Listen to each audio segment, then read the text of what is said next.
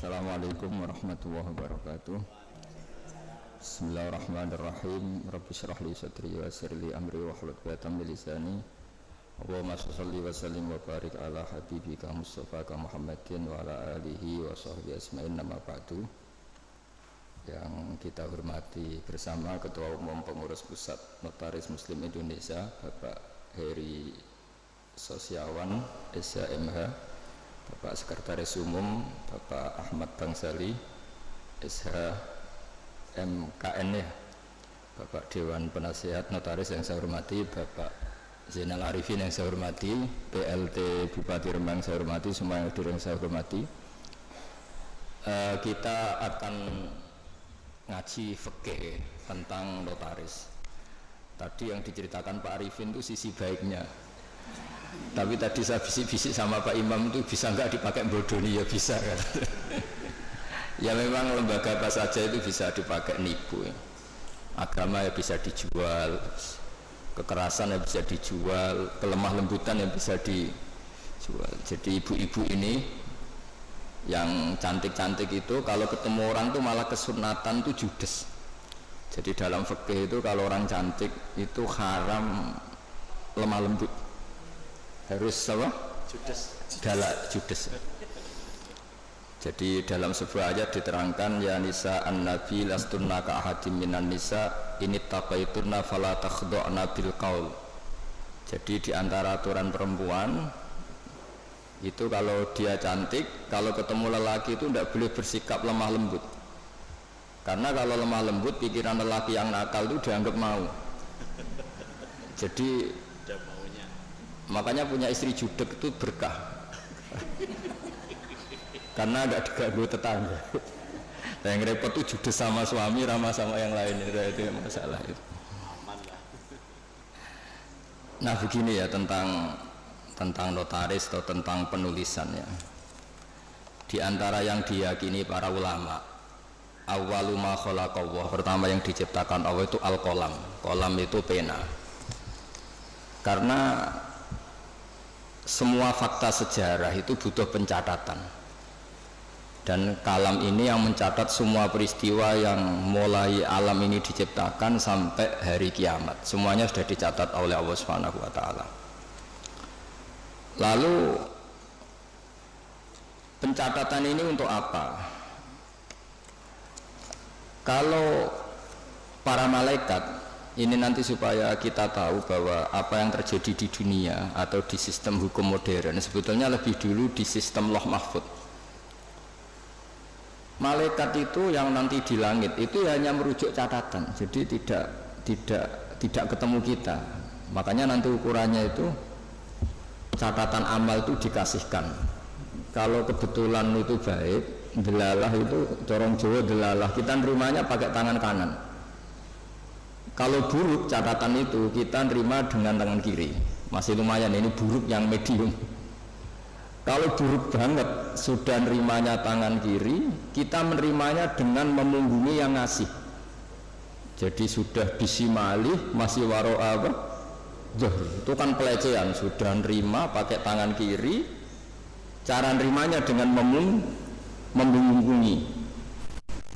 Nah, artinya kalau orang modern bilang catatan itu penting untuk sebuah bukti atau akte itu penting untuk legalitas hukum atau apa saja, sebetulnya Allah mengelola alam ini mulai dulu itu sudah pakai catatan. Jadi masyhur itu kita mungkin hafal, ini tak carikan ayat-ayat yang mungkin Mas Arifin biar gampang hafal, itu yang juz 30 saja. Hafal 30 juz atau juz 30? Ini pendereknya Mas saya, Mas Arwani, ini penderek Ibah Mun, tapi kayaknya tidak meyakinkan hafal Quran apa enggak kayaknya. Wa inna alaikum lahafidhin, terus apa kiroman katibin, terus ya'lamuna ma taf'alun. Jadi semua itu berdasar catatan, terus catatan itu dikasihkan. Ketika dikasihkan itu catatan itu berdasar apa? Lah saking baiknya Allah itu kalau baik ditulis 10, kalau buruk ditulis apa? 1. Tapi banyak ulama yang menghentikan begini, untuk diterima sebagai baik itu banyak syaratnya. Misalnya sedekah, materi yang diberikan harus thayyibah, harus baik, dari pekerjaan yang apa? Halal, dengan niat yang baik, yaitu ikhlas. Jadi baik itu memang ditulis 10, tapi catatannya agak banyak, aturannya agak banyak. Nah, buruk itu ditulis 1, tapi nggak ada catatan. Sama nggak bisa misalnya habis malam terus saya tidak dosa, tadi saya tidak ikhlas itu. Tidak bisa. Habis korupsi, insya Allah korupsi saya nggak diterima Allah, dan saya nggak ikhlas itu. Tidak bisa. Sementara sholat itu ditulis 10, tapi untuk menjadi sah itu catatannya banyak. Ya misalnya saya ini kecelok kiai, terus kalau jadi imam terus sholat nggak khusyuk kan malu. Akhirnya ya khusyuk saya ini mu'allal, ada penyakitnya karena demi jaim lah, jaga apa? Imam. Kayak saya misalnya bupati kok gak ngomong kesejahteraan rakyat itu kan ya malu, akhirnya ngomong. Apa betul hatinya gitu apa enggak ya gak tahu. Jadi ribet. Untuk kebaikan itu ribet. Saya kiai ngomong agama, ini demi penjelasan agama apa profesi, apa cari keuntungan juga nggak pernah tahu. Sehingga agama ini tidak hanya ngeritik orang fasik, tapi yang ngeritik ulama. Sehingga Imam Ghazali itu ngarang Ihya, itu diantara juz-juz awal itu ngeritik ulama, itu aneh. Kenapa itu aneh? Karena wong Imam Ghazali itu ulama, kok karangannya justru ngeritik apa? Ulama. Karena agama ini datang untuk membenahi semua. Saya ulang lagi, agama ini datang untuk membenahi semua, termasuk membenahi sistem keulamaan. Di antaranya aturannya adalah ilmu itu harus tercatat. Jadi notaris itu nggak boleh bangga, sebetulnya itu mengikuti tradisi tertua dalam sejarah alam raya ini. Awwalu ma khalaqallah itu al-qalam. Ya tentu di atas itu semua dan Nur Muhammad SAW. Tapi ini kita bicara al-qalam. Nah, kenapa semuanya harus tercatat? Saya sedikit cerita. Banyak ulama yang berpendapat, pertama yang bikin kolam yang bisa memanfaatkan atau menggunakan alat tulis itu Nabi Idris. Itu beliau nulis terus. Sehingga beliau itu warfa'na humatanan aliyah, termasuk Nabi yang punya derajat yang tinggi. Karena jasanya itu suka nulis. Nah, akhirnya ini saya cerita ilmu keahlian yang saya tekuni, keahlian disiplin yang saya tekuni. Ketika Rasulullah SAW masih sugeng, itu semua yang dilakukan itu dicatat.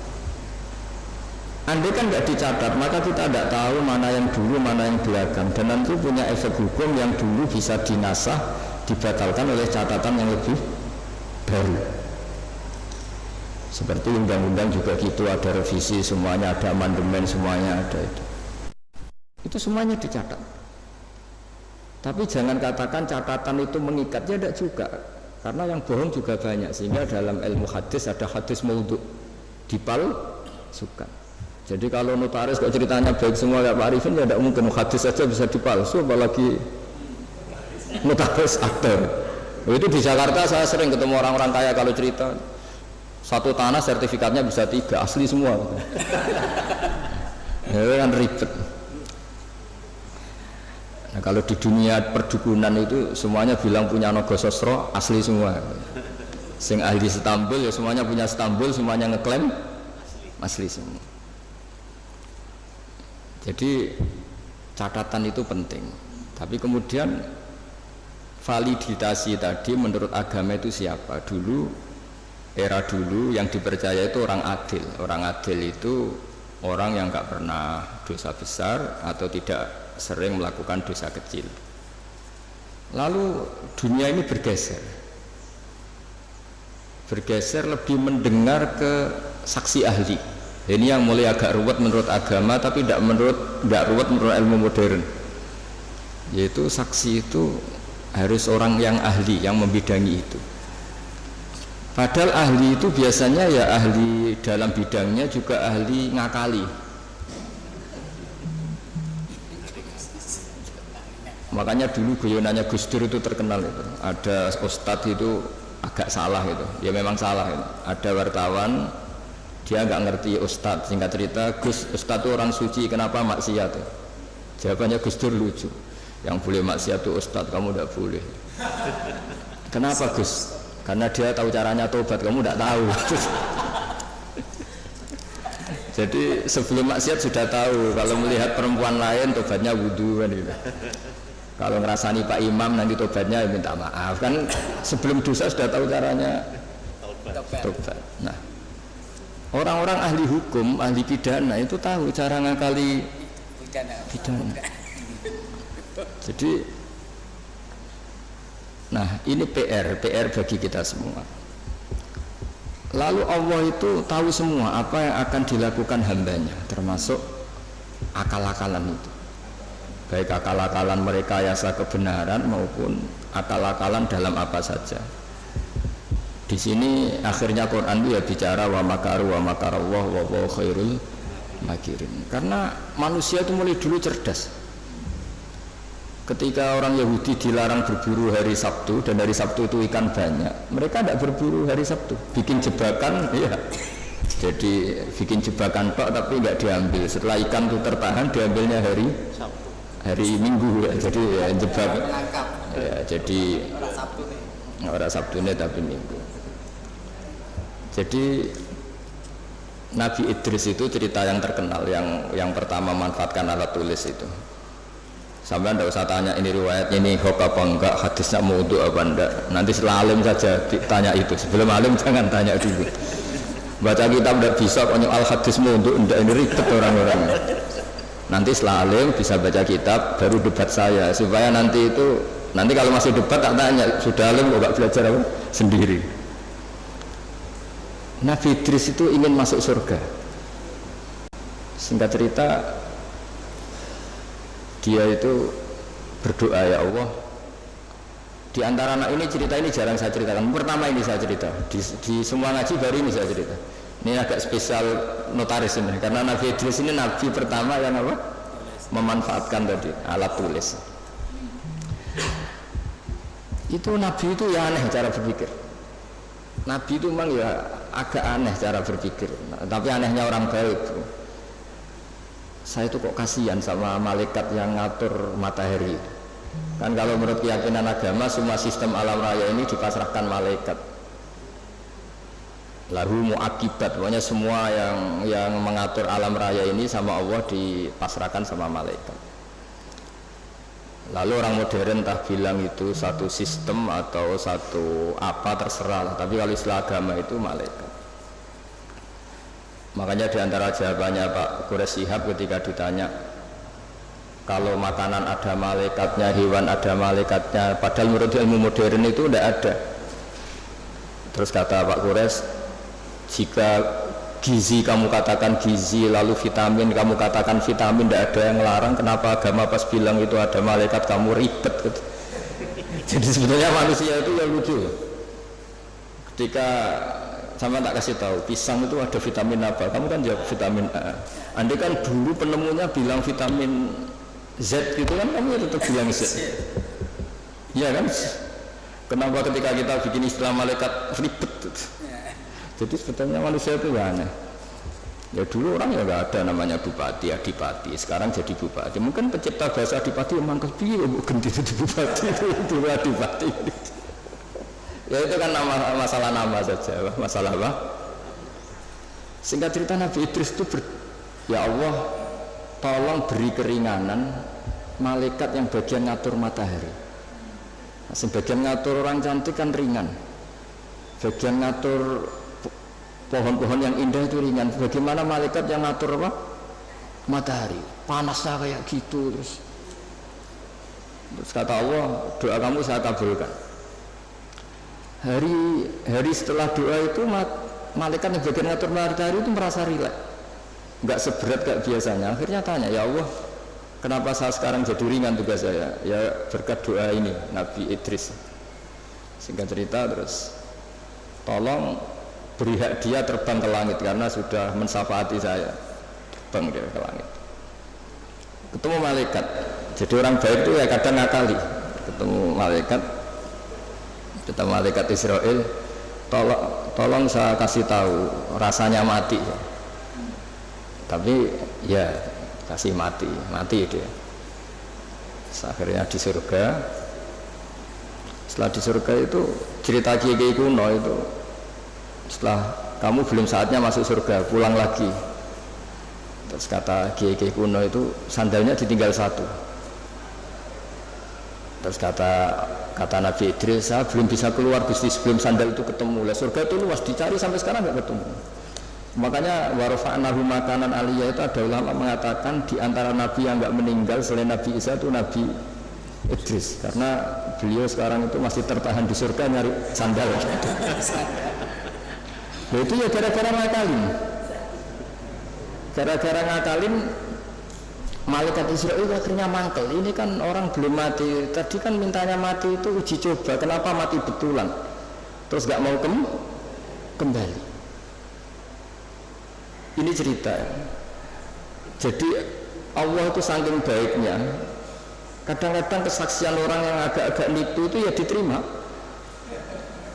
Dulu itu ada orang saking percayanya hadisnya Nabi, ini cerita nyata itu, tapi saya tidak ingin dijadikan syariat. Ada orang tuh saking percaya sama hadisnya Nabi, dalam hal itu bagus, tapi dia harus nipu untuk mengaplikasikan itu. Yaitu ada hadis, siapa yang mati disaksikan orang sekian, dia orang baik, maka dia akan masuk surga. Dia itu enggak orang baik sama sekali, akhirnya nyewa orang. Pokoknya nanti kalau saya mati, kamu harus bilang saya ini orang baik. Nyewa. Dia kali.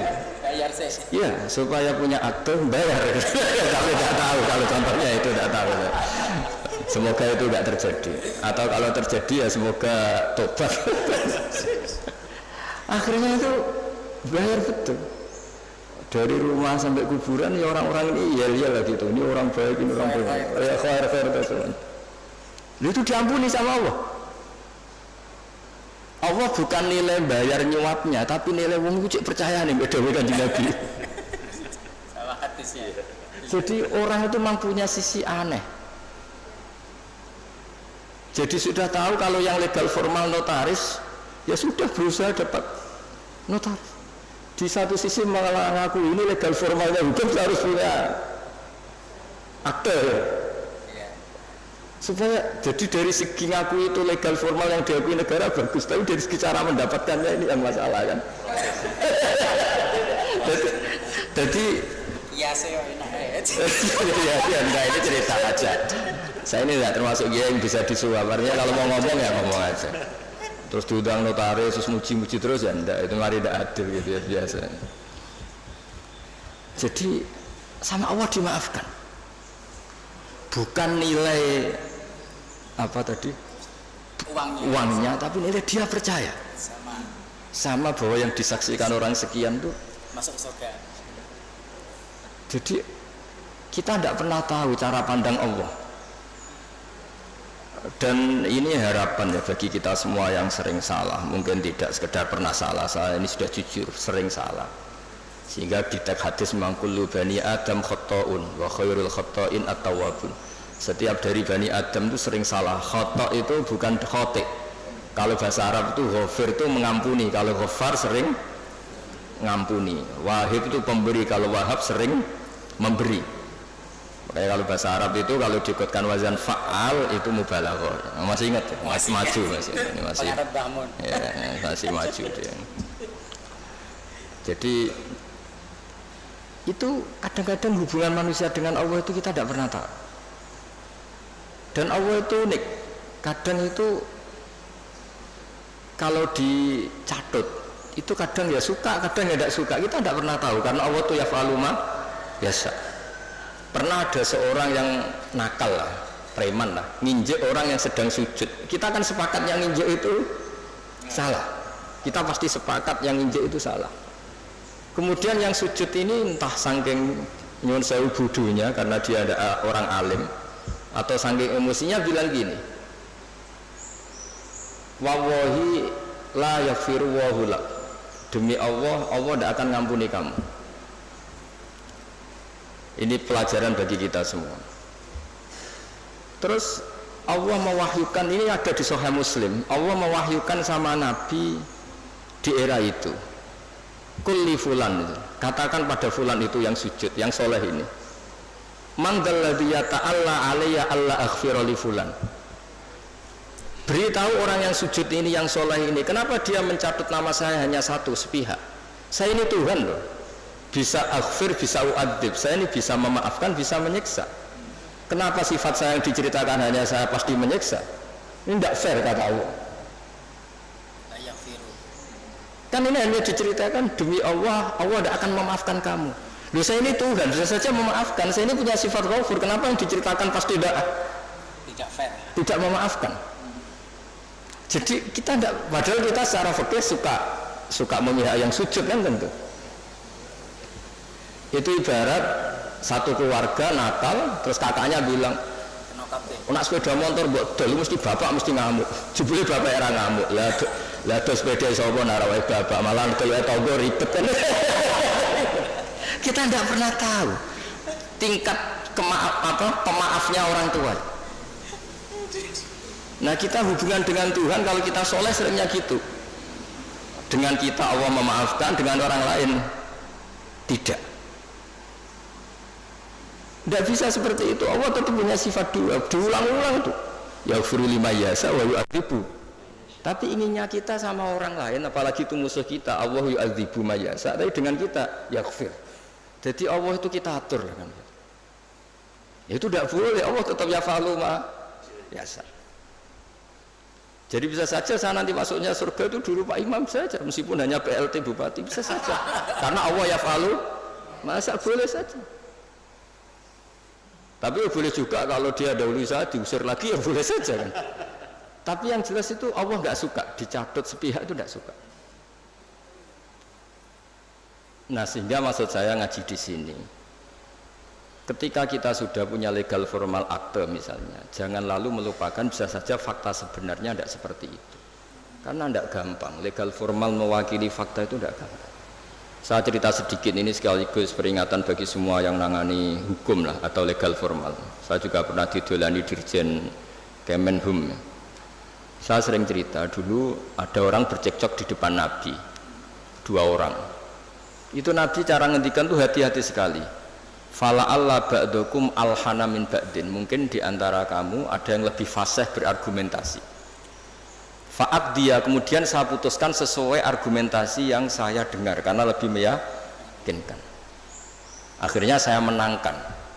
Tapi ketika saya menangkan dan dia ternyata salah, sebetulnya saya hanya ngasih dia neraka.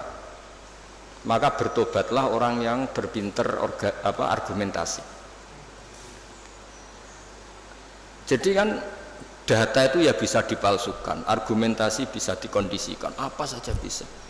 Jadi Nabi yang Nabi saja ketika bikin keputusan tentang sengketa-sengketa sosial, Nabi kalau ngendikan fala alla ba'dukum alhan itu lebih fasih berargumentasi, sehingga saya putuskan sesuai data yang diberikan ke saya.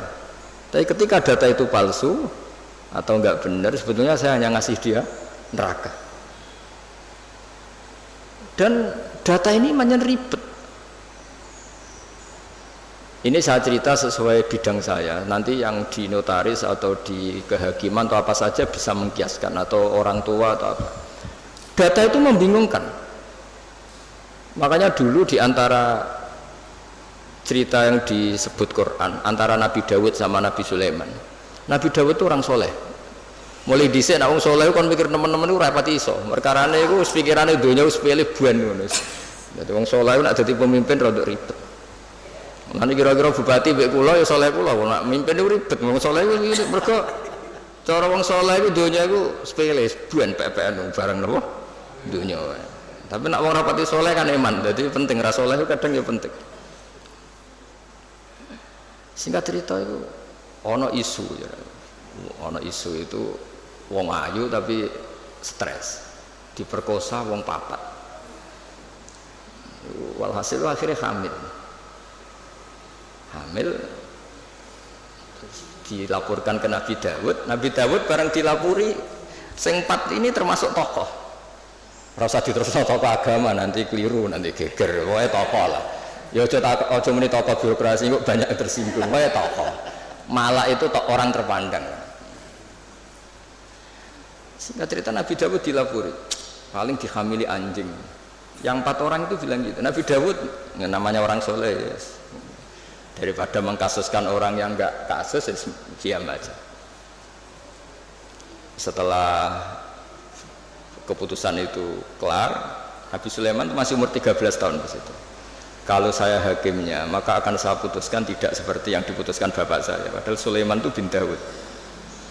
Terus kata Nabi Dawud, ya sudah kamu gelar pengadilan lagi, kamu hakimnya. Jadi dulu itu biasa anak sama bapak beda itu biasa, kalau urusan ilmu biasa. Kalau sekarang ada anak beda gegernya itu biasa tuh. Kalau masalah ilmu, saya ulang lagi masalah ilmu, bukan masalah harta, bukan masalah kekuasaan. Akhirnya Nabi Sulaiman, dan ini menjadi ilmu yang sekarang ditiru para intel, para kasat reskrim, para itu. Nabi Sulaiman akhirnya tanya sama 4 tokoh ini. 4 orang itu aja lah, nggak usah tokoh ribet. Tapi sebenarnya tagnya itu tokoh. Dipanggil satu-satu. Yang merkosa itu anjingnya warnanya apa? Hitam katanya. Dah kamu ke sana. Yang kedua ditanya, warnanya apa? Merah. Padahal 4 orang itu ketika di depan Nabi Dawud, 4-4-nya bersaksi bahwa itu diperkosa anjing. Semuanya menyaksikan. Nabi Dawud memutuskan ya sudah anjing gitu. Nabi Dawud nggak mau ribet.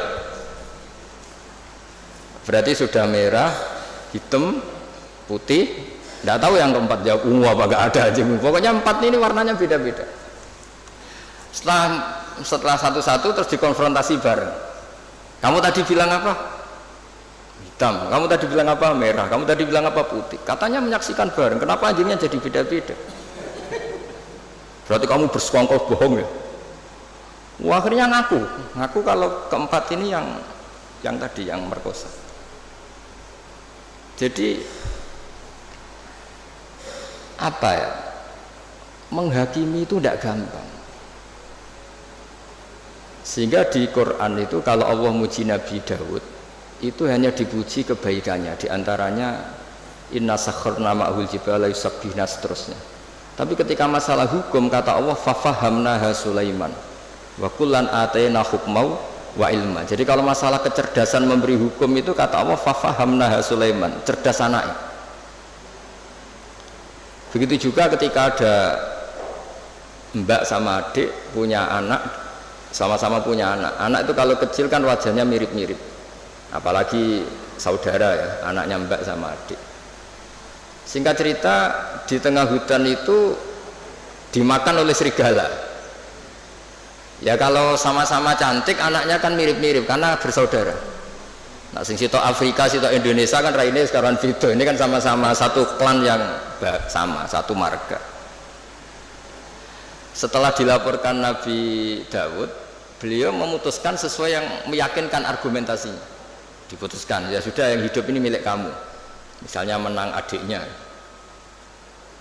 Ya sudah, karena kebetulan yang sebetulnya punya bayi tadi tidak bisa berargumentasi. Akhirnya Nabi Sulaiman ya sama, kalau saya hakimnya tidak saya putuskan seperti itu. Ya Nabi Dawud ya fair, silahkan gelar pengadilan lagi, digelar. Kata Nabi Sulaiman, ambilkan sapeso ya. Daripada 2 bersaudara ini bersengketa, bayinya dipotong 2 ya, dibagi katanya. Ini yang mbaknya ini yang tadi kalah itu langsung spontan, itu tidak bayi saya, silahkan dikasihkan adik saya. Sing adiknya tenang saja. Terus adiknya ditanya, kenapa kamu tenang saja? Kalau adiknya harus dibagi. Akhirnya dimenangkan mbaknya. Pikirannya Nabi Sulaiman, membiarkan bayi dipotong 2 itu tidak naluri seorang ibu, mesti jadi kira bener. Sing mbaknya karena ingin bayi ini nggak dipotong sampai rela dikasihkan orang lain, sementing bayi saya hidup. Ini naluri seorang ibu. Nah, ini kepintaran Sulaiman. Jadi dia memanfaatkan psikologi untuk memutuskan siapa yang. Sebetulnya di notaris, di kehakiman bisa pakai teori itu. Ono wong kok oleh ngajokno permohonan wis bulat terus. Saja itu alamat terus. Karena Kata Nabi itu semua riwayat mengatakan al-haqqu sahlun, kebenaran itu nyaman. Bawaannya kebenaran itu nyaman. Ditanyakan tetangga-tetangga yaitu miliknya, ditanyakan kerabatnya yaitu miliknya. Tapi kalau barang nggak benar itu mesti mubah. Kan harus ngambil data-data yang nggak valid divalid-validkan yang apa. Sebenarnya kalau barang hak itu pasti gampang. Tapi masalahnya selalu ada orang yang pintar berargumen. Nah, makanya terus ada aturan tadi al-bayyinatu alal mudda'i. Jadi mudda'i itu orang yang mengklaim itu harus lebih punya apa? Bukti. Tapi lagi-lagi ini masalah-masalah yang kita di zaman akhir itu kemudian ada profesi yang kadang-kadang nyuwun sewu keahlian itu lebih dipercaya ketimbang kesolehan. Saya itu kalau boleh komplain itu ya komplain, tapi SKBU takdir. Misalnya ini contoh ya yang terkait kita nekuni agama. Kita ini tentu suka bela orang soleh itu suka. Kalau saya nuruti hirah diniyah itu bela orang soleh itu suka. Tapi kita juga harus tunduk sama sifatnya Allah Ta'ala itu wa yaghfiru liman yasha. Juga kita harus tunduk bahwa Allah bisa saja mentobati siapa saja, kapan saja. Jika Nabi itu kalau disuruh masuk mau munafik itu ya nggak mau. Bisa saja Allah itu aradawahu bi khair entah kapan. Kayak apa bencinya Nabi sama Wahsy karena membunuh orang paling dicintai Nabi itu Qatilu Hamzah. Tapi malah Wahsy dikasih apa? Tobat sama Allah. Makanya kata Imam Ghazali, berapa orang sing sabbal anbiya akhirnya yatubu alaihim. Itu yang akhirnya iman sama Nabi itu dulu orang-orang yang pernah ingin bunuh Nabi. Iya, Abu Sufyan itu yang mimpin perang Uhud Abu Sufyan, mimpin perang Badar Abu Sufyan. Tapi akhirnya tobat jadi mertuanya Nabi. Sehingga kita ini atas nama agama juga ininya bela orang soleh mati-matian. Tapi atas nama agama juga memberi harapan kepada orang yang sedang fasik karena banyak cerita mereka itu tobat. Sehingga kalau kita atas nama ilmu ya sudah ngikuti cara Allah ngendikan. Misalnya liyajzawa shadiqina bisidqihim wa yu'adzibal munafiqina ya insa'a aw yatuba. Sudah kita harus ngomong 2 kali. Allah menyiksa orang munafik itu ya insa'a kalau Allah ingin, aw yatuba atau Allah memberi tobat. Jangan karena kita marah seakan-akan orang itu pasti kena siksa. Tidak mesti juga, bisa saja Allah ngasih ampunan. Makanya ada 2 hadis terkenal dalam hal ini. Yang satu Nabi pernah ngendikan al-qatil wal maqtul finnar. Yang bunuh maupun yang dibunuh sama-sama di neraka. Sahabat komplain, hadza al-qatil fama balul maqtul. Oke, kalau pembunuh di neraka masuk akal ya Rasulullah. Kalau yang dibunuh kenapa harus di neraka? Jawab Nabi itu unik. Yang dibunuh itu sebetulnya masalah nasib saja, mentalnya tetap pembunuh. Sehingga dia harus tetap ketika orang duel sama-sama pakai pedang, semua mentalnya apa? Pembunuh. Mentalnya sama-sama, cuma inisial mati, tapi mentalnya tetap pembunuh. Sehingga dengan dihitung niatnya ini, ya sama-sama harus di neraka. Al-qatil wal maqtul finnar. Tapi Nabi pernah ngendikan juga, suatu saat saking rahmatnya Allah, al-qatil wal maqtul sama-sama happy di surga, sama-sama senang di surga. Hadza yaqtulu hadza fayatubu hadza, ya akhirnya ketemu di surga. Ya tadi Sayyid Hamzah karena dibunuh Wahsy, beliau syahid langsung surga. Wahsy karena tobat dan mengkafaroi membunuh Musailamah al-Kadzdzab juga di surga. Semuanya mungkin karena Allah yaf'alu ma yasha. Dan Allah yaghfiru liman yasha wa yu'adzibu man yasha. Nah, di sini kenapa banyak kiai-kiai alim itu tidak tegas. Kata orang yang nggak pinter, kiai NU ora tegas.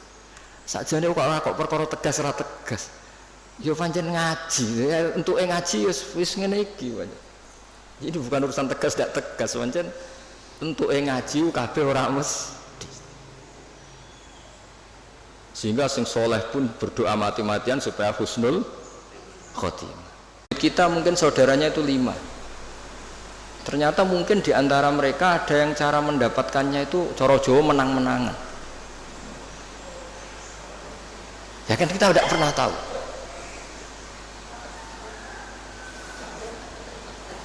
Ya kita tidak pernah tahu. Makanya di sini dibutuhkan selalu apa?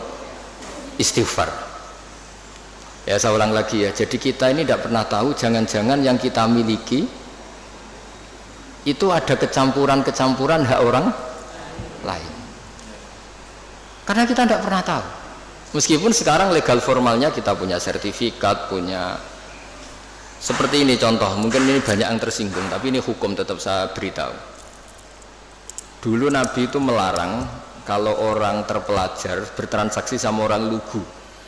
Dalam ilmu ekonomi itu layabi hadirun libadin. Orang terpelajar itu nggak boleh transaksi sama orang lugu.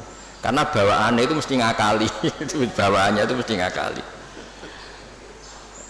Terus naha Rasulullah antalakir rukban. Nabi itu melarang secara ekonomi penjual dari kampung-kampung itu dicegat sebelum masuk pasar. Jadi Nabi inginnya orang yang bawa sapi itu sampai ke pasar sapi supaya ngerti harga pasar.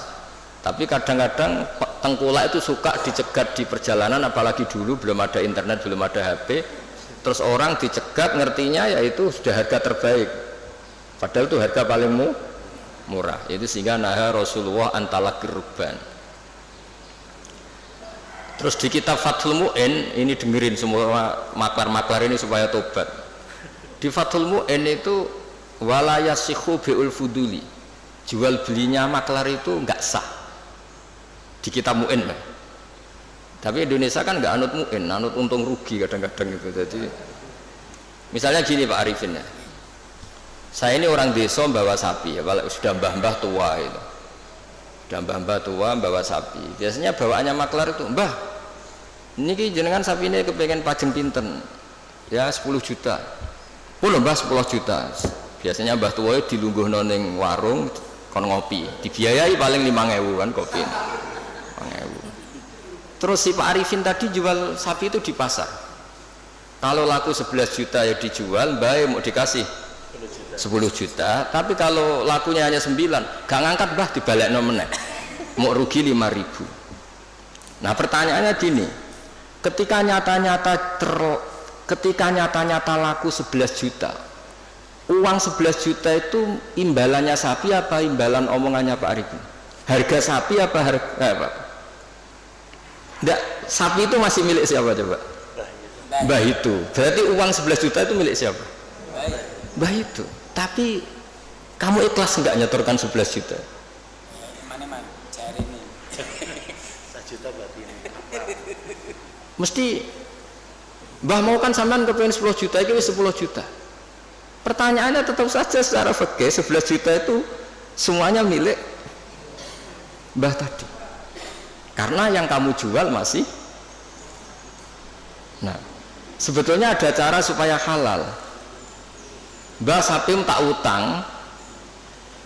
Berarti kalau diutang, nanti ketika payu 11 juta ya kamu ya gak masalah kan posisinya mbah sapimu payu dol piro 10 juta. Oke 10 juta tak utang mbah ya. Berarti payu 11 juta kamu bayar 10 juta. Tapi resikonya nak payu 8 juta kamu tetap bayar 10 juta. Tapi kalau selama akadnya maklar itu yang kamu jual tetap milik mbah itu, dan berapapun harganya uang itu ya milik mbah itu, karena as-saman fi muqabalatil mabi, harga ini tetap harga barang yang dijual, sementara itu masih milik mbah tadi. Jadi nah saya tidak tahu apa mazhab lain membolehkan itu enggak, tapi tetap normalnya itu ribet. Jadi makanya Nabi itu dulu itu nggak suka kalau ada orang lugu-lugu dagangan be pinter, nggak suka. Sampai Nabi ngintikan la yabi hadirun di badin. Hadirun itu orang kota, badin itu wong bedui, saking inginnya itu. Nah artinya mungkin di notaris, di kejahakiman, di kejaksaan itu ojo sampai lawang terpelajar berperkara ambek wong lugu, bawaan iki bodoni, iki dibodoni kan. Apa juga kita harus pakai hukum seperti itu? Potongannya kok lugu ambek wong pinter, sik mbah ora babak kok sik golek sing babak. Jadi ini kebenaran saya itu memang ingin mengungkapkan ya. Jadi cobalah perbaiki perilaku kita. Jangan sampai ada pembodohan dalam perdagangan maupun dalam pendidikan. Dulu ketika kita komplain sama sistem pendidikan nasional, kenapa sering ada regulasi juga gitu. Masa yang di NTT sama daerah-daerah terbelakang standar nasionalnya disamakan yang di Jakarta, kan nggak boleh. Sama sebenarnya di perdagangan juga gitu. Masa orang pinter boleh kulak barang di daerah-daerah yang terpencil, mesti bawaannya juga ngakalin gitu. Jadi cuma ya gimana ya kita seperti itu mau, cuma ini cerita ngaji, kamu ngelakoni nggih monggo, mboten nggih istighfar, supaya ini kan cuma saya harus ngomong supaya orang itu ngerti lah sebenarnya agama ini menata semua. Soal kita tidak bisa melakukan itu ya kita istighfar, tapi agama ini sudah mengatur semua supaya sistem ini supaya mengayomi. Kan kula niku angger ana wong desa ngoten. Kadang-kadang kula niku kan kecelok kiai gede lah, kadang-kadang wong ya kepengin Gus kula niku duwe tanah sak menten teng daerah niki dol Gus regane murah. Ayo mending sampeyan nek pinter wae dagangan ribet pinter sik. Karena sampeyan wis butuh duit tenan nulung malah rapopo gak ribet, sanggep ae hibah kek-kekan mergo ribet. Ya saiki ora wong di dhuwit iku seneng wong desa tetep goblok. Dan tetep kena di akali. Makanya kadang-kadang nyuwun sewu dinas pariwisata barang gak harus istighfar. Mesti istighfar itu gini, kadang-kadang nyuwun sewu juga yang wisata. Yang wisata nak ditakoki, "Kenapa kamu suka main di daerah ini?" Saya seneng, masyarakatnya masih tradisional. Wah, saja adol serabi isu-isu. Mereka ini bangsa kita yang juga ingin maju, tapi sing tukang wisata seneng nak mereka tetap desa jadi gue tontonan, bukan gue objek. Kita ini katanya mau mengentaskan dari yang nggak terpelajar menjadi terpelajar. Kadang-kadang manusia pedalaman nyun sewu tinggu tontonan, manusia pohon tinggu. Udahlah, kiai ya istighfar, saya sebagai ulama juga istighfar, semuanya istighfar. Bahkan Nabi yang sempurna, yang maksum, yang nggak pernah salah pun menganjurkan semua orang itu harus tetap istighfar. Tapi kamu misalnya benci dinas pariwisata ya keliru-kelirunya tadi. Awal mereka terakses oleh publik ya gara-gara ini. Dan barokahnya terakses ini suatu saat anak-anak pedalaman ini akhirnya terpelah. Kita tidak pernah tahu hikmahnya. Jadi pokoknya semuanya terus butuh istighfar. Nggak bisa ndak. Ya misalnya secara legal formal, Pak Imam ini PLT Bupati Rembang, mimpin Rembang. Tapi secara hukumnya Allah misalnya, jangan-jangan kamu pimpin tuh wali, orang wali mimpin wali kan ya kurang ajar misalnya. Jadi hukum ya semua hukum, ya ribet kan menurut hukum gitu. Tapi ya sudah kita ya ikhlas wae dipimpin panjenengan ini aturan dunia gitu. Makanya kalau nanti guyon Mbak Pak Ganjar. Dinanteng dunia mimpin kula sonan yang akhirat gentenan. Karena memang harus seperti itu. Karena jogeman ulama uga wali, jadi ning dunia dipimpin, yang akhirat dipimpin menang ribet. Jadi kudune gentenan oh. Gantian. Nah ini pelajaran bagi kita. Jadi di antara keinginan Rasulullah SAW itu orang-orang yang tertinggal itu sampai masuk pasar Pak Arifin supaya ngerti harga pasar sehingga mereka terpelajar. Sama lihat di bab di Sahih Muslim atau Bukhari itu betapa Rasulullah itu di bab B itu diulang-ulang itu. Nah Rasulullah antalakir rukban layabi hadirun libadin. Tapi ini orang sudah mulai lupa, malah senang kalau ada orang-orang lugu senang. Kulak ning desa wae ijek murah. Nah, ini kalau apa? Artinya kan kita sebetulnya suka kalau bangsa kita ini dolan kono wae masyarakat ijek desa. Suweneng. Anak bangsa sendiri, saudara kita sendiri kene wisata dhuwur gubuk, ndelok petani ijek desa nu suweneng. Menawa ning atine kena diakali. Nggak sing seneng rabi ya ngono, rabi ini kayaknya weh murah. Kirit aktif ingin. Jadi Rasulullah itu kayak apa hebatnya itu. Jadi di antara yang dilarang Nabi gimana, orang-orang desa bersentuhan sama orang, tapi yang dilarang orang kotanya karena ini yang dianggap subjek. Nah ini enggak niat nyinggung siapa-siapa, tapi cobalah wong ini ngaji supaya supaya ngerti lah bahwa betapa agama ini mengatur semua. Saya kira demikian. Assalamualaikum warahmatullahi wabarakatuh.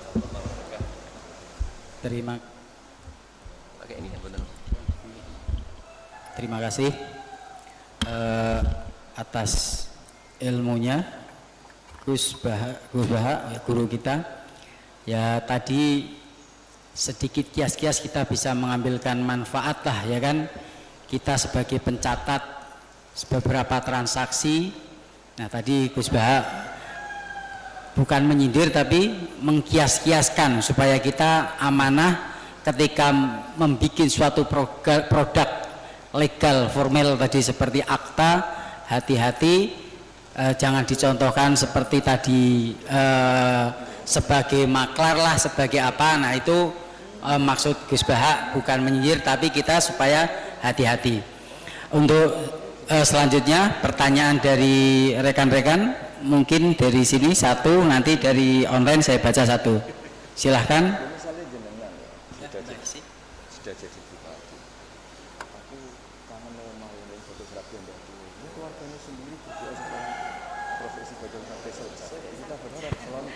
Assalamualaikum warahmatullahi wabarakatuh. Waalaikumsalam warahmatullahi wabarakatuh. Terima kasih atas waktu yang diberikan kepada saya. Gus Baha ini idola kami, Gus, dari Jawa Timur kami. Oh iya, dari iya. Surabaya. Iya, jauh-jauh ke Surabaya dari sini ingin mendengarkan langsung pengajian Jauhan Gus Baha. Banten. Begini Gus, sesuai dengan tema kali ini kan dengan iman dan amal soleh kita menuju Indonesia maju ya. Tapi alhamdulillah tadi melebar ke notaris ya sebagai profesi kita. Yang kita tahu bahwa iman saya, iman semuanya ini seseorang pasti abdon ya Gus ya. Nah bagaimana kiat untuk menjaga iman ini agar bisa stabil, Gus Baha. Demikian dari saya, terima kasih. Assalamualaikum warahmatullahi wabarakatuh. Wonten gurune kok murite. Monggo, Gus. Masalah iman itu banyak ulama yang berpendapat, termasuk mayoritas ahli sunnah wal jamaah. Ibu Isi ya? Kok bisa namanya gitu? Iskarima. Oh ya bahasa Arab itu. Iya, nggak usah diteruskan nanti mati dulu. Itu kan hiduplah secara mulia atau mati secara syahid. Begini ya, iman itu banyak ulama berpendapat, mayoritas ahli sunnah bahwa iman itu bisa naik, bisa turun. Tapi banyak ulama juga yang berpendapat tidak bisa naik, tidak bisa turun, karena iman itu tasdek. Tasdek itu membenarkan. Jadi misalnya gini, saya beri contoh ya. Ini misalnya, ini warna apa? Biru ya? Biru. Saya berkeyakinan pulpen ini biru. Ya sudah biru. Ketika saya tidak menggunakan pulpen ini secara baik, saya tetap berkeyakinan ini biru. Ada orang yang berkeyakinan ini biru dan memanfaatkan kebiruannya.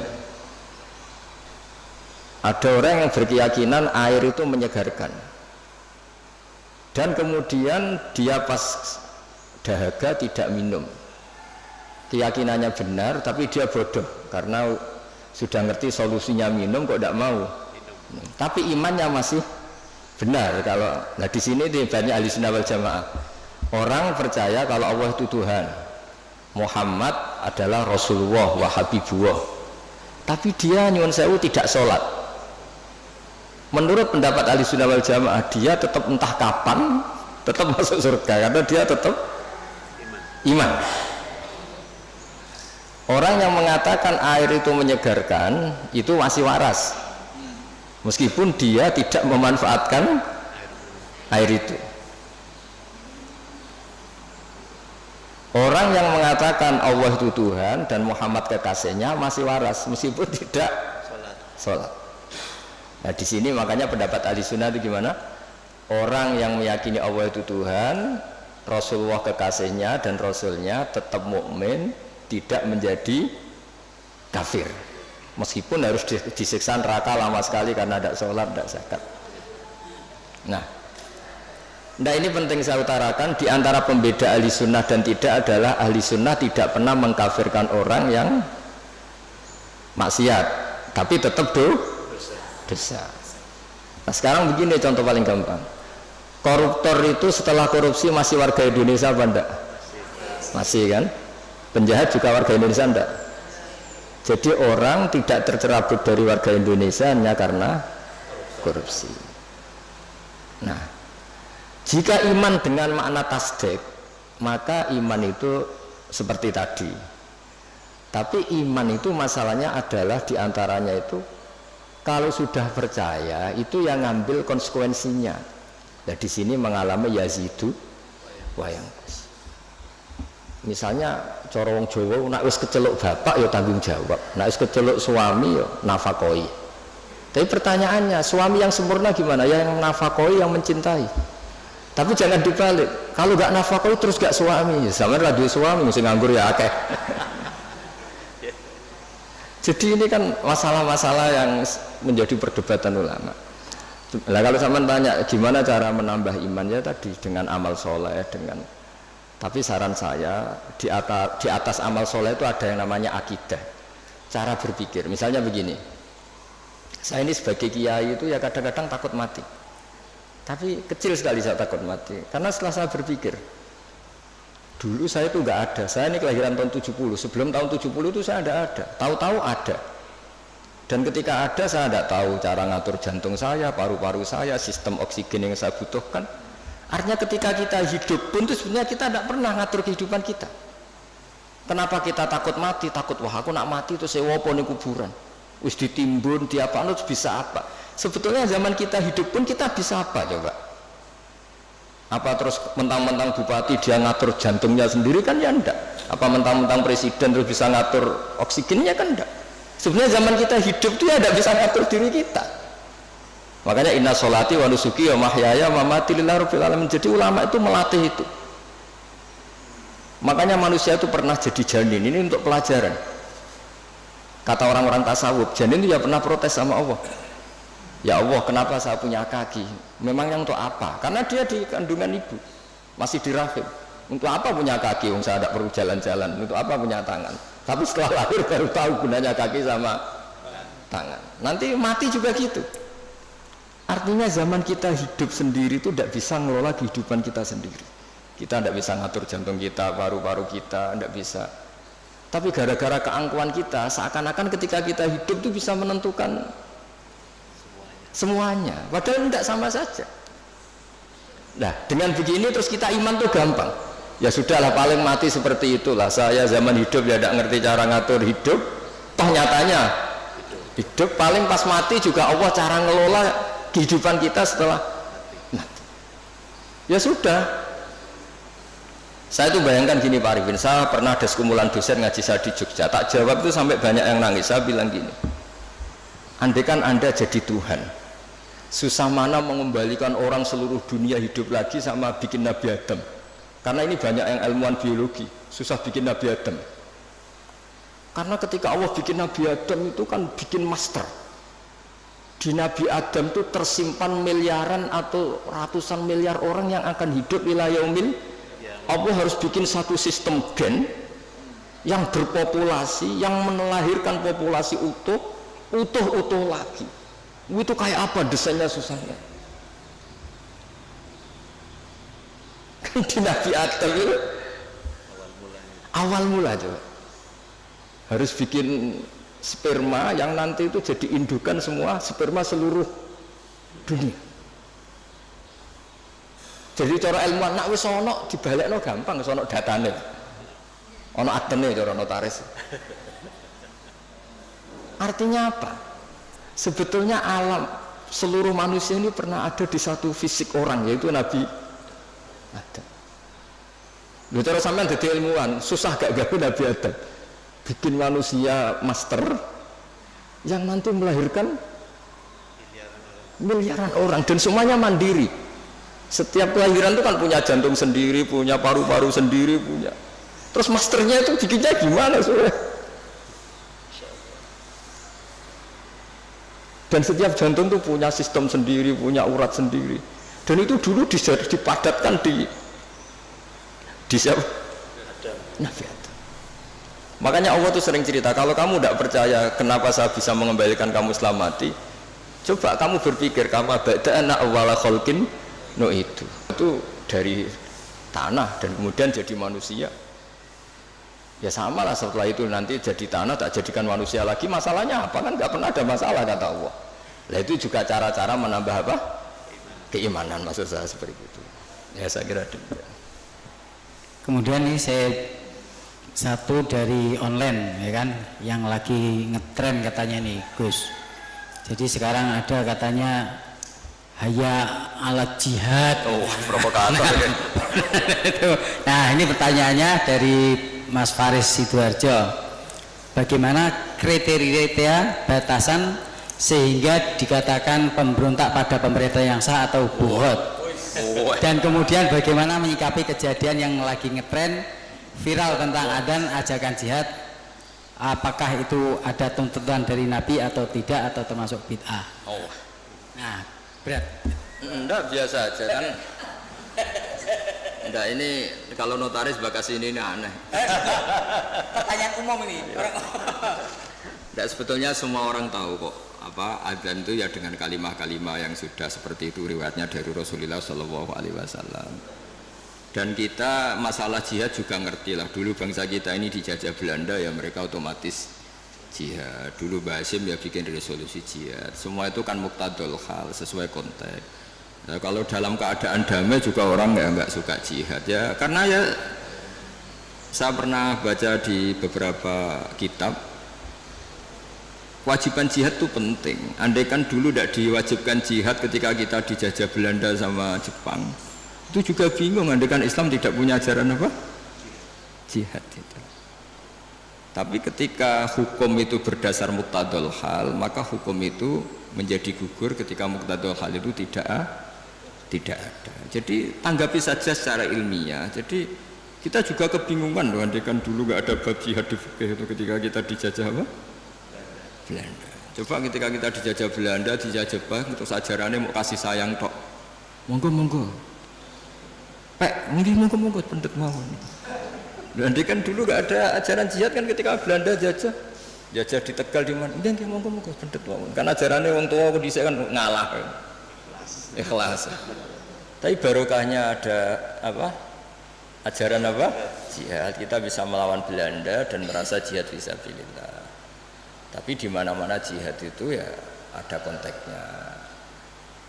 Nah, dulu kenapa Rasulullah tegas ya? Karena memang harus tegas. Rasulullah jelas benarnya, musuhnya jelas salahnya. Di zaman akhir itu tidak segampang itu. Jadi ini nggak usah jadi jawaban yang perlu dibentur-benturkan, biasa saja, normal saja. Saya dengan Mas Imam ini ya karena dia tamu tak hormati gitu. Tapi kalau mulai ganggu waktu saya tidak saya hormati lagi kan tidak ada. Jadi ya sudah normal saja. Makanya ini dilatih lah, ngadepi fenomena apa saja itu dihadapi secara normal saja, karena agama ini menyediakan apa? Semuanya. Termasuk menurut saya kita harus berjuang supaya tradisi kita superior karena kita pejabat, kita tokoh, terus nganggap desa-desa terbelakang objek itu jangan. Kayak ya tadi, kayak kita anggap desa-desa terbelakang ini jadikan wisata karena udaranya masih segar gini-gini. Oke, kalau itu awal dari kita kenal orang-orang desa nggak apa-apa. Tapi kalau awal menjadikan itu objek, wah enak beli tanah di sini murah itu. Wah enak nikah di sini murah gitu. Paling dipakani sakmene wis gelem itu kan terus. Jadi intinya itu ya seperti itulah. Saya mohon semohon-mohonnya agama ini datang dengan nggak suka naman, nggak suka adu-adu. Jadi yang tukang adu-adu ya harus tobat, itu ancamannya berat. Termasuk adu-adu itu yang menyampaikan kalam ini, omongan ini untuk membenturkan ini, sudahlah. Kamu bayangkan ketemu Allah itu berani tanggung jawab apa enggak? Kita semua maksudnya. Sehingga jangan pula yang suka Islam rahmatan alamin terus nggak ngomong bab jihad aja, jangan juga. Dulu kita tidak bisa bayangkan ketika ada Belanda, ada Jepang, andekan orang Islam nggak disangoni Kewajiban apa? Ya, tapi semua itu ya ada muktadul halnya, ada konteksnya, terus ada ya ini normal saja. Jadi sebetulnya nggak perlu dijawab karena ini urusan notaris, tapi ini hukum normal buat tidak ada. Jadi kalau yang menentang saya tentang semua kitab yang ada di fikih itu memang ya jawabannya seperti itu. Yang jelas itu ya sudah ya. Kita ingin rohama bainahum, ingin saling mencintai, saling melengkapi, saling menghormati, dan semua kita doakan apa humahdina fiman terus sampai apa dan seterusnya dan selalu guru-guru kita Mbah Mun bapak saya itu kalau setiap ketemu orang, ketemu kelompok tertentu itu mesti doanya Allahumma alif baina qulubina wa aslih dzata bainina, supaya kita itu baik-baik saja, karena menyatukan hati itu ya tidak gampang. Rasulullah yang kekasihnya saja dingendikani pangeran, aku sendiri Muhammad yang menyatukan hati antara Aus dan Khazraj. Lau anfaqta ma fil ardi jami'an ma allafta baina qulubihim walakinnallaha allafa bainahum. Jadi kalau ingin Indonesia damai, semua wali maupun tidak wali, apalagi yang jabat ini harus berdoa. Yang bisa mendamaikan itu hanya kersane Allah. Kita tidak bisa. Bupati, wakil bupati, roto-roto ya seangkatan, bariku ya taruh. Itu sudah sunnatullah. Jadi artinya makanya diantara sifatnya Nabi di beberapa kitab dulu itu apa? Mengumpulkan api dan salju. Ketika Ka'bul Akhbar dan banyak peneliti Taurat itu ngerti Nabi punya sahabat yang bernama Abu Bakar yang dingin sekali, dan punya sahabat Umar, itu yang dimaksud. Jadi mengelola hatinya orang itu. Apalagi ngelola 2 istri atau 3 istri dari zaman itu. Itu susahnya. Ilmu tersendiri. Iya itu kan. Ya ilmunya dapat. Jadi saya mohon sekali lah bahwa kita harus sering berdoa itu Allahumma alif baina qulubina wa aslih dzata bainina. Dan kita disatukan oleh Indonesia. Semuanya anak bangsa harus kita hormati. Kita harus ingin Indonesia ini baik, lebih baik, karena PR kita ini banyak sekali. Jangan dihabiskan untuk hal-hal yang ya, jadi saya mohon sekali, jadi ya sudah seperti itulah, nggak usah ini bukan jawaban saya, jawaban nurani seluruh bangsa Indonesia, seluruh bangsa dunia. Itu kan ya normal, ini kan sudah sebenarnya nggak perlu dijawab, sudah normal, ini normal sekali. Mungkin ada saja. Lah niku maos mawon kula niku. Udah ini sudah selesai. Selesai. Lah niku tasih setunggal mari. Oh iya. Ya.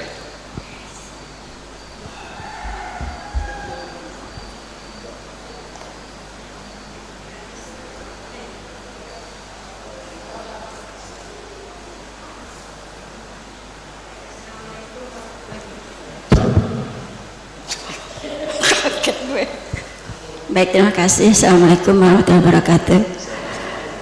Sebelumnya kenalkan, terlebih dahulu saya Esti Apung. Kebetulan juga saya sebagai koordinator tablik, bidang tablik di NMI, Notaris Muslim Indonesia. Dan memang sengaja kami kesini Ustadz, karena ingin langsung berjumpa dan bertanya. Harusnya di Sukabumi, tapi kami sengaja dari Jakarta ke sini. Dari habis sholat subuh langsung ke sini. Oh, keren. Ya. Kalau ini dekat kok. Jadi sampai sekarang belum makan Ustaz. Lapar. Jadi saya mau tanya tadi bahwa orang yang pertama mencatat adalah Nabi Idris. Ya, yang memanfaatkan. Ya, memanfaatkan.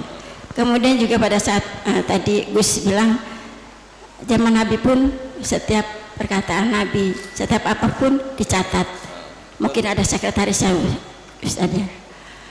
Dan kami sering menanyakan juga kepada ustaz-ustaz yang lain bahwa untuk notaris ini juga diatur di Al-Quran di surat Al-Baqarah ayat 282 kalau nggak salah. 282 Ustaz. Nah itu bagaimana kaitannya dengan peristiwa-peristiwa yang telah Allah berikan kepada Rasul-Rasul, dan sehingga pada saat kitab terakhir disebutkan bahwa setiap ada perjanjian atau apapun yang dilakukan oleh manusia itu harus dicatat dan disaksikan oleh 2 orang saksi. 2 orang saksi itu kalau perempuan maka sama dengan 1 laki-laki sama dengan 2 orang perempuan. Jadi kalau misalnya saksi berarti 3, kalau 2 perempuan berarti plus 1 laki-laki. Sementara kalau di dalam kehidupan kita sekarang karena berdasarkan undang-undang nasional, saksi itu mau laki mau perempuan sama, Gus. Nah, bagaimana menurut pandangan Gus? Di sini. Terima kasih. Assalamualaikum warahmatullahi wabarakatuh. Assalamualaikum warahmatullahi wabarakatuh. Namanya siapa ya? Balen niku dadi MC ora jelas. Jadi tadi pertanyaannya Gus intinya tentang masalah persaksian dalam suatu akad. Di situ kan mungkin idza tadayantum terus disebut bisa hadatain. Nah, dua orang saksi. Nah, undang-undang jabatan notaris itu mengatur bahwasanya ketika ada suatu transaksi itu cukup dengan 2 saksi, mau itu perempuan-perempuan maupun laki-laki 2. Nah, sementara tadi yang beliau ketahui di ngaji-ngaji di pengajian, kalau seandainya saksi perempuan harus 2, kalau seandainya mewakili laki-laki. Begini ya santai mawon ya. Niki biasa nderek Mbah Mun, kemarin sudah ke saya provokasi. Santai mawon gini ya, ini termasuk di antara kesalahan kita kadang bandingkan hukum fikih Islam dengan tatanan modern. Sebetulnya masalahnya ndak harus ekstrim itu gitu. Karena sesuatu yang nggak perlu dibenturkan ya ndak usah dibenturkan. Ya biasa aja. Hanya biasa aja begini. Sebetulnya ayat itu kan ada terusannya farajulu wa imra'atani mimman tarduna minasyuhada. Ukurannya apa? Misalnya antadilla ihdahuma fatudzakkira ihdahumal ukhra. Jadi Abu Hanifah itu sangat longgar dalam bab usul fikih. Jadi yang diceritakan Quran itu tentu kondisi ideal versi yang paling baik, versi yang paling dapat ridha Allah. Tapi selalu saja, saya ulang lagi, selalu saja ada ruang di mana orang-orang ahli fikih bikin kaidah ma la yudraku kulluh la yudraku kulluh. Jangan kalau tidak bisa ideal terus sama sekali. Jadi kalau tidak bisa a'lal kamalat, jangan sampai tidak di adnal kamalat. Misalnya begini, kalau nuruti ideal saksi itu harus adil. Adil itu orangnya nggak pernah dosa besar, nggak sering dosa kecil. Mana ada orang sekarang seperti itu? Terus saksi itu orangnya harus begini-begini. Nak nuruti istri juga gitu. Kalau nuruti kriteria itu harus gitu. Nggak ketemu. Li jamali harus cantik, wa mali harus punya uang, harus punya nasab, punya agama. Pasti yang seperti itu tidak mau sama kamu kan gitu. Jadi, nah lalu inti daripada kesaksian itu qat'un niza. Ada kepastian kalau sengketa ini menang ini, karena ini ada saksinya, yang lain tidak ada saksinya, atau yang satu saksinya kuat, yang satu tidak kuat. Itu saja sebetulnya kebutuhan dalam konflik itu qat'un niza. Soal surahnya persis apa enggak, ya kita yakin yang digambarkan Quran itu kelas A, adnal a'lal kamal. Yang kita lakukan itu adnal kamal, karena mau tidak mau. Saya ulang lagi, mau tidak mau. Dulu itu malah kalau nuruti persis, kalau sengketa itu disidangkan harus habis asar. Dulu orang masih normal, kalau habis asar itu kan mau surup, itu mau matahari tenggelam. Itu zaman orang era soleh, itu mau surup itu kayak apa kiamat. Terus perasaannya orang sampai cacilik kon mlebu omah, sapi pitik kon mlebu omah. Saiki ora ya, surup-surup malah nggo mlaku-mlaku tinggo ngabuburit. Nah, dulu enggak, bayangkan dulu itu enggak ada listrik. Enggak ada listrik, terus orang itu kayak histeris setiap mau ngadepi apa malam itu. Karena enggak ada. Sehingga supaya orang itu takut akhirat, takut kematian, kalau ada sidang penting disuruh habis asar. Ini kalau menurut cerita Quran. Makanya kan di Quran itu ketika ada 2 orang itu bersaksi fa'ib simani billah la syaitan dari fa'ib ba'da sholat itu disuruh apa? Habis sholat apa? Asar. Jadi dulu itu orang itu sampai seperti itu. Tapi sekarang eranya rubah, orang itu profesional, ada jam ngantor. Jam ngantor jam 9, jam 10 itu waktu orang paling lupa mati. Kan dulu itu izzadatu bainikum idza hadara ahadakum munta'un taraka khairan al-wasatu la dan terus sak terus itu jadi dicari waktu paling orang itu gampang ingat akhirat, kemudian dia ada bohong mergo surup-surup. Makanya kalau orang dulu sudah umur sak Pak Arifin, waktune wis asar, maksudnya wis meh gitu. Dan dulu itu ngefek betul sampai Nabi ngendikan jangan sholat habis asar, karena habis asar itu setan sedang mengangkangi di sisi ini. Itu makanya dulu terus dipakai kesaksian supaya orang itu takut.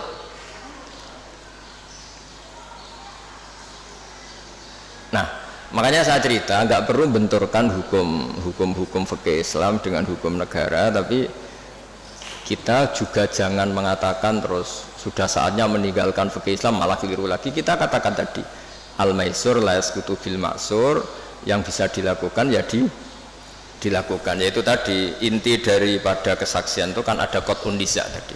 Kalau ada percekcokan ya kita tentu mihak yang punya saksi daripada yang tidak punya saksi, yang saksinya adil daripada yang saksinya fasik, yang saksinya banyak daripada yang saksinya sedikit. Ya sudah, itu yang apa ya, maksimal yang bisa kita ketahui.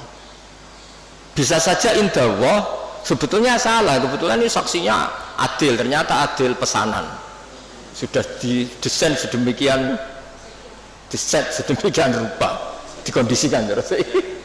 Ya kita tidak pernah tahu, makanya Saudara Rasul ketika kamu berdebat di depan saya, jangan-jangan di antara kalian cara berargumentasi lebih meyakinkan, kemudian saya menangkan. Sebenarnya ketika saya menangkan dan kamu salah, sebetulnya kamu tak kasih neraka gitu. Dan Nabi ngendikannya dengan penuh, ya Nabi punya karisma, sehingga dulu tuh wong ape bodoh niku sorak sido saking wibawanya Nabi.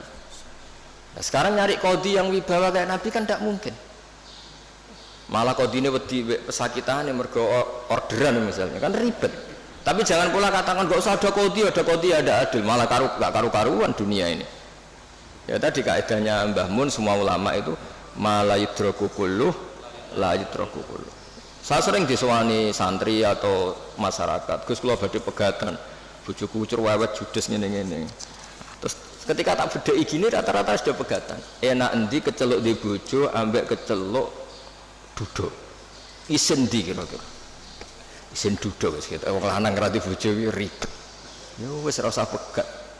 Paling gak ngamanno kowe status keceluk wong lanang di bojo gagah.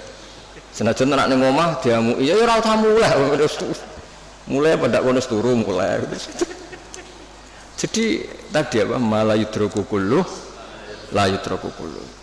Jadi kesaksian itu kan gunanya itu tadi, kalau ada sengketa hakim ini gampang mihak mana kan.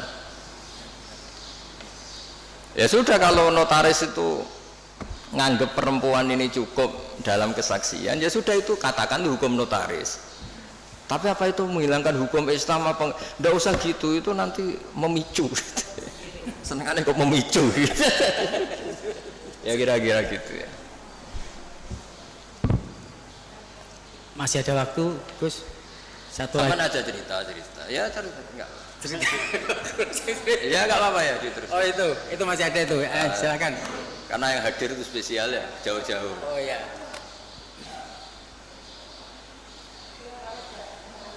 Kayak pemimpin itu harus hadir, nggak menuruti gitu, nggak ada ya. Yang nggak pakai uang, nggak jadi tiba-tiba. Terima kasih. Saya tadi sangat terkesan apa yang disampaikan Gusmu berkenaan dengan Gus Baha, saya mohon maaf, berkenaan dengan perdagangan ya. Iya. Artinya orang kota ini tidak boleh berusaha dengan orang desa kan gitu ya. Dengan catatan ada kekhawatiran orang kota yang punya ilmu dan sebagainya ini merugikan orang-orang desa ya. Terus terang aja kami juga dari kuliah-kuliah dulu tentang perdagangan menurut syariat. Ini kami baru tahu ini Ustaz. Luar biasa menurut kami ya. Dengan apa yang saya sampaikan tadi ini ya.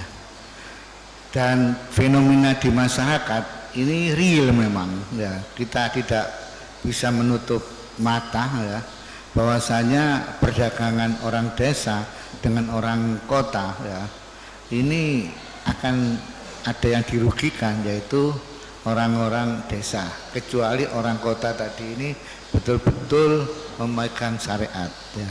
Yang ingin kami tanyakan Ustadz ya, bagaimana kita ini bisa berdagang ini menurut syariat kan ya, karena menurut syariat ini, karena hari-hari ini kita berdagang ya, termasuk tidak boleh dusta apa, terus mungkin di dalam perdagangan itu kalau ada orang kecewa atau tidak jadi beli terus dikembalikan dengan ikhlas, langsung malaikat berdoa, ya Allah hindarkan orang ini dari kebangkrutan orang yang jual tadi ini.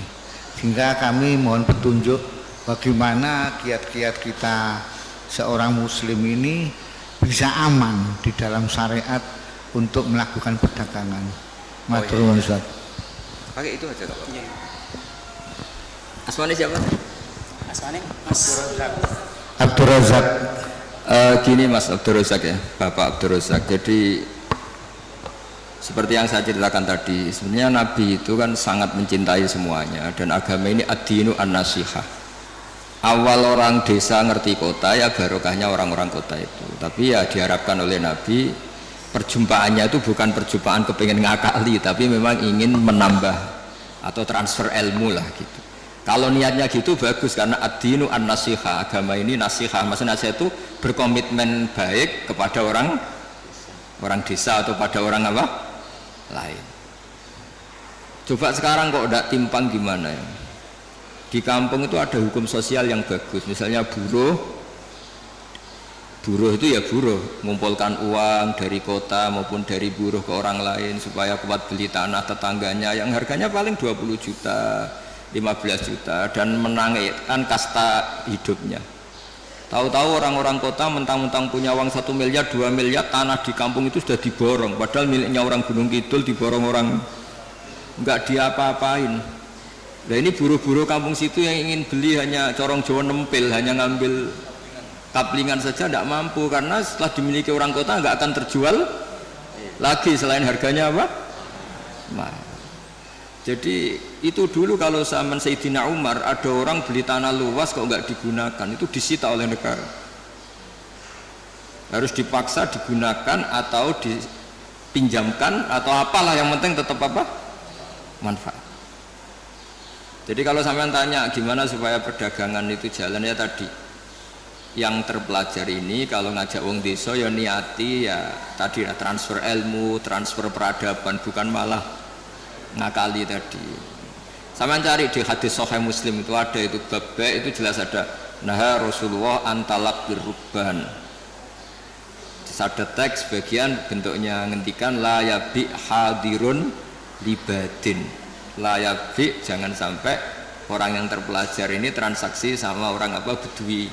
Tapi dalam konteks yang niatnya ada baik. Tapi kalau niatnya baik, di mana-mana kalau yang dilarang ya tentu yang tidak baik. Tapi kalau niatnya transfer ilmu kayak tadi, wisata ke orang pedalaman, tapi niatnya awal dari pembelajaran ya benar. Nah, niatnya gue tontonan tok. Malah ketika mereka terpelajar, wah di sini kena api, ono manusia pohon sekarang sudah ada indah. Itu kan kurang aja betul. Sama-sama anak bangsa, sisi tok penonton, yang satu jadi objek, itu kan ngawur betul itu. Ya kira-kira seperti itu. Yang penting tadi ad-dinu an-nasihah, agama ini adalah apa? Nasihat. Nasihat itu berkomitmen kalau hubungan dengan orang lain niatnya supaya orang lain itu lebih apa? Baik, tidak menjadi korban. Ya sekira demikian Mas Rusak. Saya satu Pak, tambahan. Oh iya. Satu ya. Iya enggak apa-apa. Terima kasih waktu yang disampaikan kepada saya. Saya melihat judul ini Ustadz dengan iman dan amal soleh menuju Indonesia. Sebenarnya judul ini mantap ya. bobotnya iman dan amal soleh. Sehingga kalau kita lihat di dalam ajaran agama kita, ya, judul iman dan soleh itu dikategorikan oleh Allah sebagai sebaik-baik makhluk, ya. Dan mereka dalam hidup dan kehidupannya nanti tidak akan rugi, ya. Lantas gimana Pak? Sekarang banyak kaitannya dengan kita selaku notaris ini dan dikaitkan dengan masyarakat luas. Kondisi Indonesia banyak yang mengatakan sudah dasarnya iman dan soleh. Semuanya umat Islam melaksanakan dan melakukan berjuang untuk iman dan soleh. Tapi dalam kehidupan sehari-hari masih demikian kondisinya. Ya ini gimana ya Pak? Penjelasan dan supaya ini tepat sasaran ini. Begini ya, jadi perasaan saya juga perasaan semua orang seluruh dunia mungkin. Jika orang itu digerakkan oleh roja itu harapan kepada Allah, maka kita ini akan baik-baik saja. Dulu kita ditunggui Rasulullah SAW, itu tentu kita dalam kondisi terbaik. Sebagaimana hadis khairul qurun qarni, sebaik-baiknya generasi tentu yang saya tunggui, kata Nabi. Dan kemudian ada merosot, dan ini normal. Masa ditunggoni Nabi padha ditunggoni Pak Imam kan ora mungkin gitu.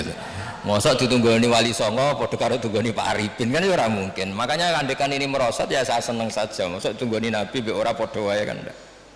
Tapi kita harus berpikir optimis begini. Nabi itu memang figur yang luar biasa.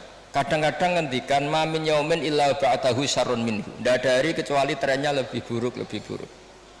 Tapi jangan kira Nabi hanya ngendikan begitu. Nabi juga sering muji kita. Tuba liman amana bi walam yaroni. Cek bejane orang yang sebetulnya tidak menyaksikan saya langsung tapi berusaha meniru saya. Ini kan luar biasa. Kita nggak dididik Nabi, nggak dididik sahabat, nggak dididik Wali Songo, mau dididik ustad. Kadang dididik modin, wis gelem sholat, yo madhep ngulon, yo patang rakaat nak duhur, itu sudah luar biasa. Jadi bahkan sebagian riwayat itu Nabi ngendikan sab amarat ketika ngendikan tuba liman amana bi walam yaroni. Hebat betul orang yang iman kepada saya, sebetulnya dia tidak melihat saya. Bahkan Nabi pernah cerita, ini supaya sampean optimis. Asmane siapa? Pak siapa? Mukhtar ya? Ya Pak Mukhtar. Nabi itu pernah cerita begini Pak Arifin, siapa orang terbaik dari kalian yang paling iman?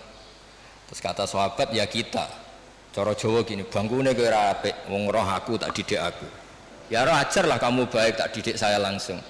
Ya malaikat yang di aras, kata Allah, wahai malaikatku, wajar dong kamu iman sama saya, wong kamu penjaga aras, tahu surga, tahu neraka. Akhirnya yang dipuji oleh Allah, oleh Rasulullah siapa? Orang yang surga ya tidak tahu percaya surga, neraka tidak tahu ya percaya neraka, apa saja percaya padahal tidak tahu. Ya kita ini. Jadi nanti kalau kita ketemu malaikat-malaikat penjaga neraka atau penjaga surga itu ya punya sisi yang kita keren. Malaikat kamu percaya ada neraka? Ya tahulah, saya penjaganya. Saya dulu gak tahu saja percaya. Saking imannya pada Rasulullah Muhammad SAW. Artinya kita juga punya sisi top. Wong ora roh kok iman itu kan luar biasa. Jadi ini supaya optimis ya. Jadi dulu Indonesia terkenal Buddha, Hindu, dan kita dulu minoritas. Lama-lama sekarang mayoritas. Bukan sekedar mayoritas, bahkan memimpin. Rata-rata presiden, pejabat ya Muslim. Ya trennya tetap naik lah. Kecil saya itu orang yang jilbaban hanya keluarga kiai, sekarang satu kampung hampir jilbaban semua. Ya kita berpikir optimis lah, jangan yang pesimis. Jadi kalau trennya ya enggak coba. Dulu rata-rata pejabat kayaknya rapati sholat. Sekarang arah sholat itu ora keren ya. Ya saya kira demikian. Mari kita tutup dengan bacaan Al-Fatihah.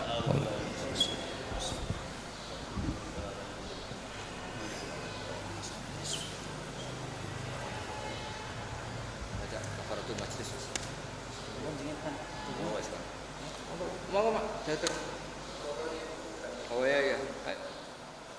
Ya